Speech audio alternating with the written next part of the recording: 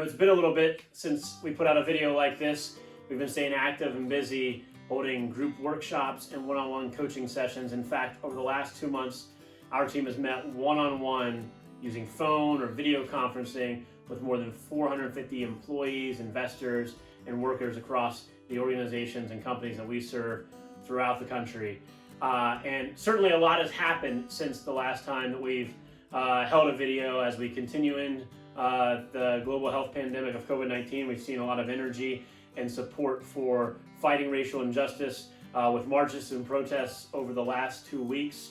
And so a lot of investors are asking us, what should I be thinking about or doing when it comes to my investments, when it comes to my retirement savings or other investments that I have?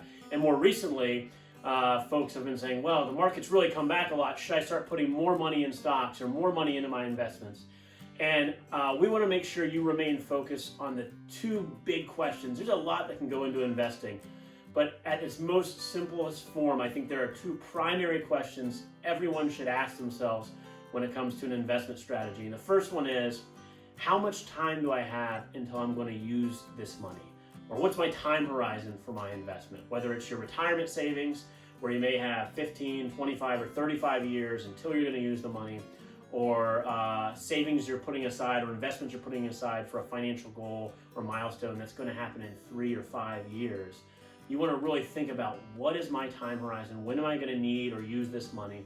And then second of all, how much can I stomach the ups and downs of the financial markets between now and the period where I'm going to start using this money?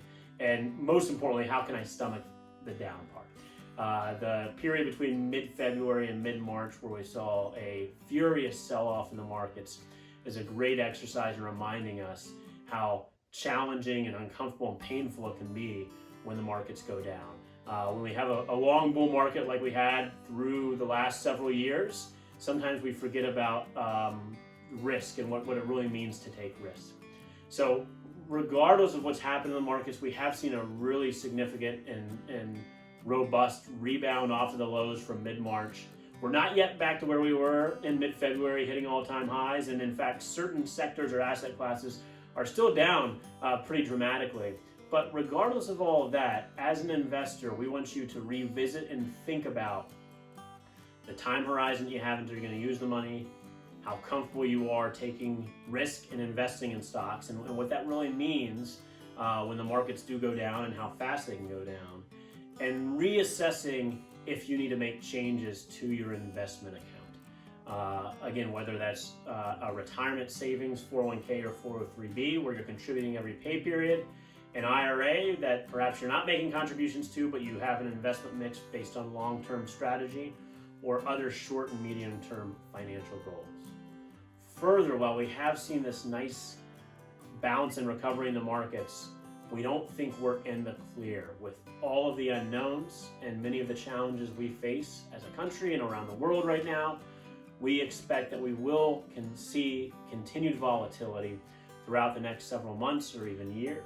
And as an investor, this is something to be expected, that there are going to be dramatic ups and downs in the markets, and we want to make sure that we're making wise financial decisions with our investment mix, as well as our financial planning and cash flow for today, tomorrow, and our long-term future.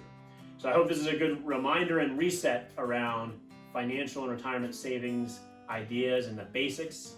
Hope everyone is doing well, staying safe and staying strong during this period, and look forward to seeing you again soon. Thanks.